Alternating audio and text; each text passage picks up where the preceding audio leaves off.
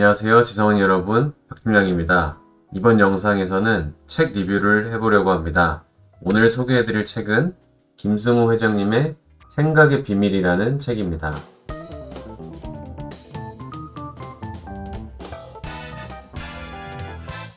이 책은 2015년도에 출간이 되었고 약 300페이지 정도로 두께감이 조금 있는 편입니다. 하지만 어려운 단어나 문장 구조가 복잡하지 않기 때문에 쉽게 읽혀지고, 또 김승호 회장님의 책의 공통점, 구조적인 특징이라고 해야 될까요? 이 한 챕터에 여러 가지 에피소드들이 있는데 다 이렇게 짧게 되어 있어요. 3페이지, 4페이지? 그래서 스토리가 계속 이렇게 이어지는 게 아니고 짧은 어떤 이야기와 교훈과 배울 점들이 이렇게 구분되어 있어서 저는 이 책을 틈날 때마다 조금씩 읽었던 것 같아요. 한 번에 다 읽는 게 아니고 좀 나눠서 읽을 수 있기 때문에 저는 이런 스타일의 책을 선호합니다. 김승호 회장님은 강연도 굉장히 많이 하시고 여러 CEO들이나 아니면 창업을 준비하는 사람들한테도 인지도가 있는 분입니다. 이렇게 책을 보면서 진짜 모든 책 하나하나가 참 소장 가치가 있다라는 생각이 들 정도로 좋은 내용이 너무 많습니다. 복잡하거나 어렵지 않은 것 같아요. 되게 일상에서 흔히 겪을 수 있는 일들이고 그것들을 얼마나 슬기롭고 지혜롭게 대처해 나갔는지 그런 점들을 생각해 본다면 정말 이 모든 책들은 이제 소장할 만한 이유가 있다라고 저는 생각을 합니다. 이 책에서 여러 가지 이제 이야기들이 있지만 제가 평상시에 좀 고민하고 있고 공감이 갔던 부분들을 일부 발췌해서 여러분들과 공유해 보려고 합니다.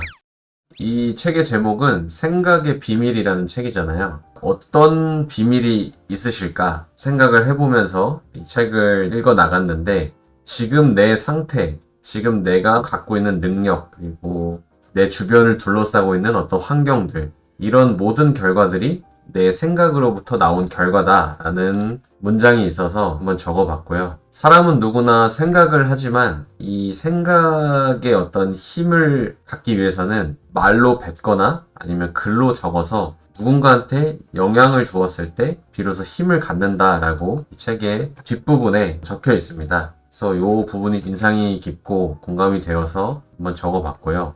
그래서 우리가 항상 목표나 아니면 꿈이나 성취하고 싶은 것들을 주변 사람들한테 이야기하고 그거를 SNS에 올려서 많은 사람들이 보게 하거나, 혹은 매일 아침에 일어났을 때 그 문장이 보이게 액자 형태로 만들어 놓는 것도 큰 도움이 될 수 있다고 합니다. 학교 교실을 떠올려 보면 거기에 급훈 같은 게 있잖아요. 선생님과 친구들끼리 정해놓은 어떤 목표, 아니면 회사에서 우리의 목표, 이런 것들을 적어두잖아요. 그런 것들을 매일 출근하면서 직원들이 볼 수 있게 이렇게 인식을 주면 그것 또한 힘이 생긴다라고 이야기하고 있습니다. 실제로 김승호 회장님께서 이렇게 팻말을 하나 걸어두셨는데, 그게 바로 이제 세상에서 가장 큰 도시락 회사라고 적어두었다고 합니다. 그리고 이렇게 실제로 내가 뭘 원하는지 주변 사람들한테 말을 하고 다니면 그 사람들이 내가 무엇을 원하는지를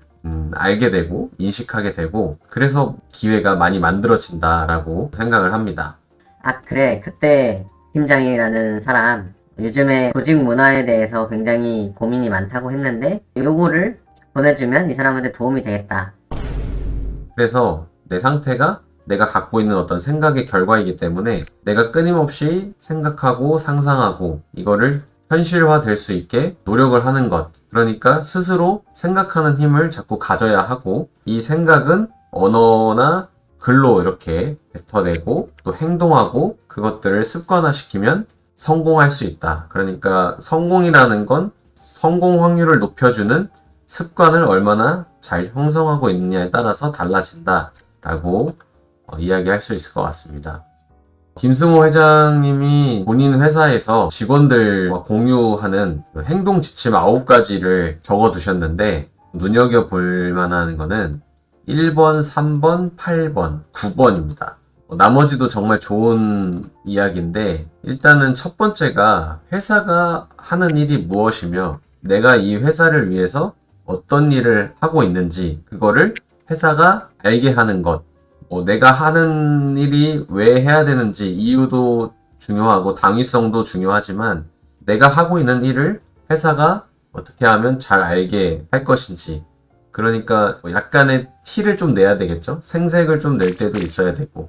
그래서 방위성에 대한 내용이 1번이고, 세 번째 이제 불평을 하려면 대안도 함께 제시를 해라 라는 말이 저는 굉장히 공감이 많이 갔는데, 우리가 불만을 갖기는 굉장히 쉽잖아요. 창고를 정리할 때 어떤 식으로 정리를 해야겠다. 고객 CS 문의 접수를 할 때는 어떤 식으로 해야겠다. 근데 이런 과정에서 조금 비효율적이다. 너무 낭비다. 뭐 이런 이제 불만들이 쌓일 수 있죠. 그러면 이런 불만들을 어떻게 해소할 수 있는지 대안도 함께 제시하는 방향으로 해야 된다라는 게 저는 참 좋았던 것 같고요. 그 다음에 8번째, 문제가 있으면 답이 있다. 근데 답이 없으면 문제를 다시 한번 바꿔봐라 라는 말도 굉장히 좀 역발상하는 새로운 시선인 것 같아서 한번 골라봤고요. 그 다음에 마지막에는 모든 일의 처음에는 자세하게, 그리고 결과적으로는 단순화시키는, 우리가 어떤 일을 시작할 때 아무것도 모르기 때문에 그것들을 일단 한번 해봐야 됩니다. 해보는데 그 과정에서 불필요한 것들은 걷어내고 어떻게 하면 이 일을 단순화시켜서 위임하고 나는 또 다른 일을, 이런 것들의 과정을 이제 줄여나가고 심플하게 하는 게 결국엔 자세함의 완성이다 라는 말이 굉장히 울림을 줬던 것 같습니다. 이 책에서 제가 가장 주목했던 부분은 직원과 관련된 부분이었어요. 어떤 직원을 뽑아야 되고, 직원이 스스로 일을 하게 하려면 어떻게 해야 되고, 이들에게 어떤 행동 지침을 내려야 하며, 건의와 위임을 할 때는 무엇을 경계하고 조심해야 되는지, 이런 것들을 좀 많이 봤는데, 일단은 직원 스스로 일을 하게 만드는 법이라는 것 자체가 굉장히 어려운 미션인데, 이거를 어떻게 하면 할 수 있는지 이 책에서는 참견과 특권 의식을 버려야 된다라고 일단 나옵니다. 내가 너무 많은 일에 간섭을 하고 세세한 것까지 지적을 하게 되면 사람이 의기소침해지고 위축되고 두려움을 갖는 현상이 생긴다고 합니다. 그래서 건의와 위임을 통해서 그 사람의 자율성과 창의성을 좀 보장을 해주라 라는 말입니다. 근데 저는 한편으로는 그런 생각도 들었어요. 이게 어디까지 참견을 해야 되고 어디 선까지는 이 사람한테 자율성을 줄 것인가. 이를테면 회사에서 일을 하고 있는데 어떤 상담 직원이 고객한테 응대하는 걸 들었을 때 저 말보다는 다른 말로 바꿔서 했으면 좋겠다 라는 게 있었을 때 그걸 바로 이 사람한테 이야기해 주는 게 좋은 건지, 아니면 어떤 사람을 통해서 얘기를 해주는 게 좋은 건지, 아니면 그냥 놔두는 게 좋은 건지, 이런 고민이 있다면 어떻게 해야 될지 그런 생각은 한번 해봤습니다. 일단 제 생각은 그런 게 들렸을 때 바로 지시를 해주는 게, 수정을 해주는 게 저는 필요하다고 봅니다. 어느 상황에서 이제 자율권과 창의성을 줄 것인가에 대한 거는 업무의 영역에 따라 좀 다를 수 있기 때문에 이 부분 한번 고민을 해볼 필요가 있다고 생각합니다. 그리고 가장 좋은 인재 고르기. 누구나 좋은 인재를 고르고 싶고, 한 명의 좋은 인재가 100명 아니면 1000명의 값을 한다라고도 하는데, 옛날에 애플 창업자인 스티브 잡스가 본인은 직원을 한 명을 뽑을 때 굉장히 신중하게 뽑고, 이 사람이 우리 회사에서 100명이 하는 일의 가치를 할 수 있다라고 믿고 있기 때문에 굉장히 좋은 인재를 고르기 위해 심사숙고한다는 글을 본 적이 있습니다. 어느 회사나 다 마찬가지겠죠. 근데 여기서 가장 좋은 인재라고 하면 어떤 사람이냐 하냐면 매월 꾸준하게 발전하는 사람이 좋은 인재다라고 이야기하고 있습니다. 학벌이나 화려한 이력이나 수상, 아니면 전에 회사의 어떤 경험, 여러 가지들이 있겠지만 그것보다는 내가 이 사람을 뽑고 이 사람이 일을 시작한 날로부터 얼마나 발전을 하고 있는지, 그런 의지와 열의와 열정, 이런 것들을 갖고 있는지, 그런 변화가 매우 중요하다고 하였고, 얼마나 빨리 발전하기보다는 조금씩 나아지는 사람, 그리고 입사 당시와 비교하여 평가를 해보고, 이런 사람들은 회사에서 자발적으로 교육, 연수 이런 걸 좀 보내준다든지, 아니면 승진, 인센티브 이런 보상을 주어야 한다라고 되어 있습니다. 사업에 대한 고민인데 어떤 사업을 할 거냐. 근데 장사와 사업의 차이가 뭐냐. 이거는 제가 영상에서 종종 말씀드렸는데 장사라고 하면 보통 그 동네 상권에서 활동하는 것 정도를 떠올리거든요. 그러니까 범위적으로. 예를 들면 내가 어떤 국밥집을 하는데 이 국밥을 우리 주변에 있는 상권 안에서만 할 거냐. 아니면 이 국밥을 프랜차이즈화 시켜서 전라도에서도 팔고 경상도에서도 팔고 강원도에서도 팔고 아니면 일본에서도 팔고 싱가포르에서 팔고 뭐 이런 것처럼 그 수요의 어떤 확장성? 그러니까 내가 시장을 바라보는 규모 이런 거에 따라서 장사냐 사업이냐 혹은 더 나아가서 이게 산업이 되느냐라고 생각할 수 있겠습니다.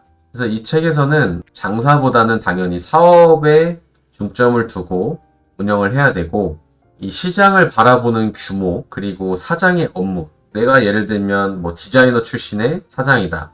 요리를 잘하는 셰프의 사장이다 라고 하면 여기서 사장의 업무는 장사에서는 내가 다 하는 게 맞죠. 내가 요리도 직접 하고 디자인도 직접 하고 이런 게 맞는데 이게 이제 사업으로 범위가 확장돼 버리면 그런 업무에서 손을 떼고 나와서 조직을 어떻게 구조화시키고 시스템화 시킬 것이냐에 방점을 두어야 된다라고 하고 있습니다. 그러니까 장사꾼으로 남는 것과 사업가로 성장하는 것은 어떤 자본의 크기가 아니라 그 사업을 보는 마음의 크기와 생각의 크기라고 규정하고 있습니다. 그러면 어떻게 고객을 더 확장할 수 있는가에 대한 생각을 해보면 이 책의 제목이 생각의 비밀이라는 책이잖아요. 그러니까 우리가 생각을 어떻게 하느냐에 따라서 방법론이 완전히 달라지는 거거든요. 그러니까 지금 우리 현 매출이 예를 들어 10억이다 그러면 내년도에는 20억을 해야지 30억을 해야지 정도가 아니라 항상 10배 정도를 생각을 가지라는 이야기가 있어요. 그러니까 10억을 했으면 100억을 해야 되는 거예요 내년엔. 근데 이거를 무조건 달성해야 되고 실현 가능한 목표라기보다는 그 10배의 생각을 가지면 전혀 다른 생각을 하게 된다는 거죠. 10억에서 15억을 하는 건 굉장히 실현 가능하고 현실성이 있는 매출일 수 있죠. 뭐 이를테면 직원을 뭐 한두 명 늘리고 창고를 늘리고 뭐 상품을 조금씩 늘리면 15억 달성할 수 있겠죠. 근데 100억을 달성하는 문제는 전혀 다른 차원의 문제라는 겁니다. 그래서 여기서도 고객을 뭐 2배 늘리기, 3배 늘리기가 아니라 10배로 늘리는 방법은 결과적으로 봤을 때 어떤 가격으로서의 사업의 주도권을 갖는 게 아니라 내 상품, 내 서비스를 이용하는 고객들에게 어떤 가치를 부여할 것이냐에 따라서 이 고객의 수를 10배로 늘릴 수도 있다, 가능하다라고 이야기하는 것 같습니다. 그러니까 여기서는 상품을 판매하는 게 아니라 가치를 판매해라 라는 이야기가 나오고요. 이 가치라는 건 뭐 여러 가지가 있습니다. 뭐 건강, 안정감, 호기심, 편리성, 책임감 등 여러 가지가 있고요. 그 다음에 상품을 특히 판매하는 유통업 쪽 이런 쪽에서는 고객을 이제 유치하는 게 가격에 대한 요인이 전부다라고 생각하는 분들도 많이 있어요. 그러니까 내가 저 업체보다 좀 더 저렴하게 팔면 내가 이 시장 다 먹을 거다 라고 하지만 고객을 끌어들이는 힘은 꼭 가격이 전부는 아니거든요. 그러니까 품질이 될 수도 있고 청결, 매장에서 일하는 사람들의 친절함, 분위기 뭐 이런 것들이 있을 수 있죠. 실제로 저희가 하는 사업 중에서 굉장히 비슷한 제품들이 많고 그럼에도 우리가 가격을 더 받을 수 있는 건 그 사람들한테 주는 신뢰, 뭐 AS 정책, 그리고 꼼꼼함, 뭐 CS 상담 능력 뭐 이런 것들이 종합적으로 평가돼서 결국엔 그 가치를 고객들한테 줄 수 있었기 때문에 시장에서 평가를 받을 수 있다고 생각합니다. 여기서 이제 사업이 이렇게 규모의 발전, 확장을 함에 따라서 조심해야 될 것들이 나오는데 이 책에서는 5가지 정도가 나옵니다. 첫 번째가 친구. 내가 사업을 이제 시작해 라고 주변 친구들이 알게 되면서 초반에는 굉장히 많이 응원도 해주고 격려도 해주는데 이게 이제 사업이 커지면서 뭔가 좀 이제는 나와의 거리감이 좀 생겼다고 할까요? 그러니까 얘가 돈도 좀 버니까 사회에서 인정도 받고 또 씀씀이도 커지고 이러면서 너무 거만해진 거 아니야? 약간 시기와 질투가 생기기도 하고 그런 갈등에 따라서 친구들과 헤어지게 되고 또 과거에는 모임도 많이 나가고 하지만 또 사업이 바빠지면서 친구들과 만남이 또 줄어들 수도 있고, 또 그 과정에서 걔 뭐 성공하더니 변한 거 아니야? 너무 돈 벌더니 사람이 변했어. 뒷담화 같은 것도 생길 수 있겠죠.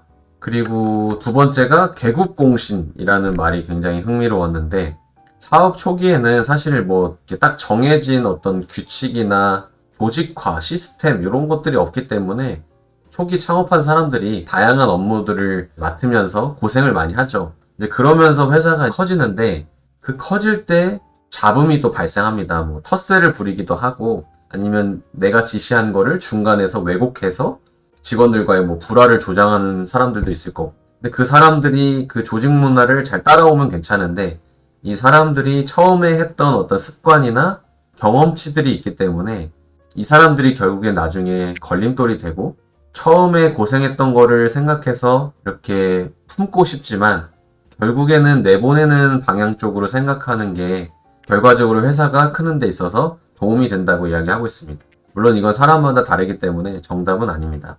그리고 세 번째가 이제 사치. 사람이 이제 좀 돈을 벌기 시작하면 내가 먹는 거, 그리고 입는 거, 그리고 타고 다니는 차, 그리고 사는 집, 취미 이런 거에 돈을 좀 쓰게 되면서 사치를 좀 부린다. 근데 이거는 어느 정도 이 사치를 어느 정도 부려야 하는가? 이거는 이제 돈의 속성 책에도 나와 있는 파트인데, 제가 기억하기론 이제 뭐 부채나 현재 내가 갖고 있는 것들, 여유자금 이런 것들을 조금 비교했을 때 부릴 수 있는 사치 이런 것들은 사장인 개인 자신이 가장 잘 알 테니까 나의 상태를 가장 객관화시켜서 이 정도 사치는 내가 해도 큰 지장이 없다 라는 정도의 사치만 부리면 좋을 것 같습니다. 이 네 번째 명예에 대한 부분도 굉장히 제 주변에서 많이 겪기도 하고 또 이렇게 듣기도 하는데, 이런 사업이 커지면서 언론사, 유튜브, 스포트라이트를 많이 받으려고 사람들이 하거든요. 그러니까 나 이만큼 매출 많이 일으키고 유명해지고 싶어. 사람들한테 더 알려주고 싶어. 이런 건 어떻게 보면 가장 원초적인 인간의 본능이지 않을까 싶은데, 이게 꼭 학벌적인 명예나 정치를 입문해서 하는 그런 명예 외에도 돈으로 살 수 있는 선출직들이 있어요. 협회나 아니면 뭐 동문, 아니면 돈 주고 받는 학위 이런 데 나가서 모임에 장을 한다든지 이런 것들을 하면서 경영에 대해서는 좀 소홀하게 되고 사업에 큰 타격이 점점점 생겨나겠죠.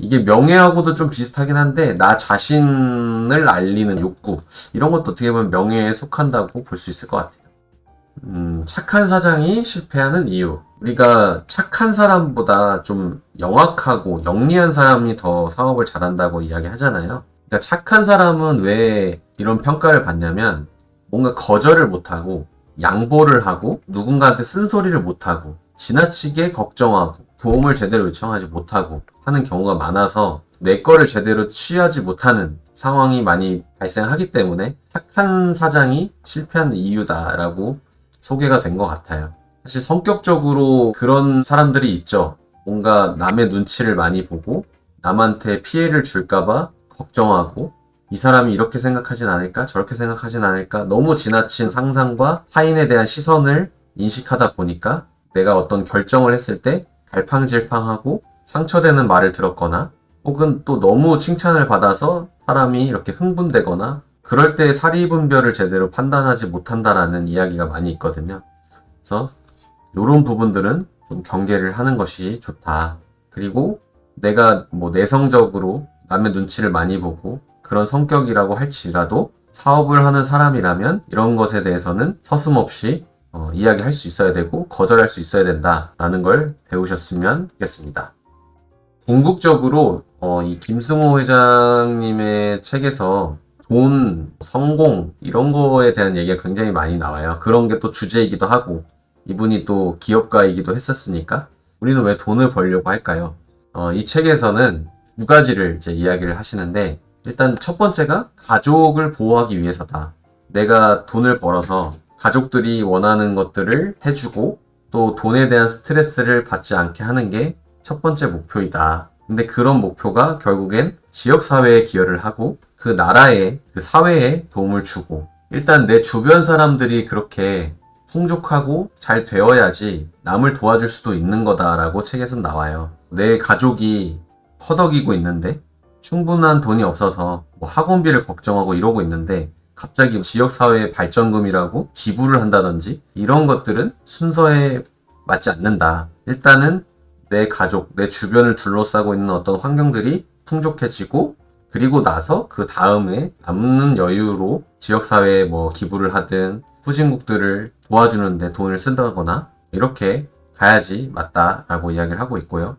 두 번째는 어떻게 보면 인생이라는 건 딱 한 번 주어지는 기회인데 그러니까 이 한 번 인생을 잘 살기 위해서는 어느 정도의 여유로운 시간이 필요하다는 거죠. 그러니까 이 돈으로 시간을 사서 가족들과 뭐 함께 보내는 시간을 더 늘릴 수도 있고 그러니까 이 책에서는 뭐 사장은 쉴 수 있어야지 사장이다라는 챕터도 있어요. 저도 그 대목이 굉장히 또 인상이 깊었는데 뭐 아무튼 이 책에서는 제가 지금 소개한 것 외에도 정말 도움이 되는 것들이 많이 있고 공감이 가는 게 많이 있으니까 한 번쯤 보시면 좋을 것 같습니다. 유튜브에서 이런 이야기를 들었어요. 컵에 채워진 물이 흘러 넘치는 것으로 남을 도와주어야 한다. 이게 아마 이 가족 보호, 지역사회 기여, 나라에 대한 책임 이런 것과 좀 이어지지 않나 싶어서 한번 넣어봤습니다. 네, 오늘은 이렇게 생각의 비밀이라는 책에 대해서 한번 리뷰를 해봤고요. 제가 김승호 회장님의 책을 굉장히 좋아하고 또 이분의 책이 또 옛날에 뭐 나온 것들이지만 지금 생각해도 정말 도움이 많이 되는 꼭 사장이 아니더라도 사람은 누구나 사장이 될 수 있잖아요. 그리고 창업을 생각하는 사람들도 있을 거고 또 사장은 어떤 생각을 하지? 이런 궁금증과 호기심을 갖고 있는 사람들도 있을 거고 뭐 여러모로 이 책에서 배워야 할 점들이 굉장히 많았던 것 같습니다. 그래서 이 영상이 여러분들께도 도움이 되셨으면 좋겠고요. 저는 그런 마음으로 항상 이런 유튜브를 제작하고 있고 또 부담 없이 만들고 있기 때문에 더 좋게 잘 봐주셨으면 좋겠습니다. 또 다음 영상으로 찾아뵙겠습니다. 감사합니다.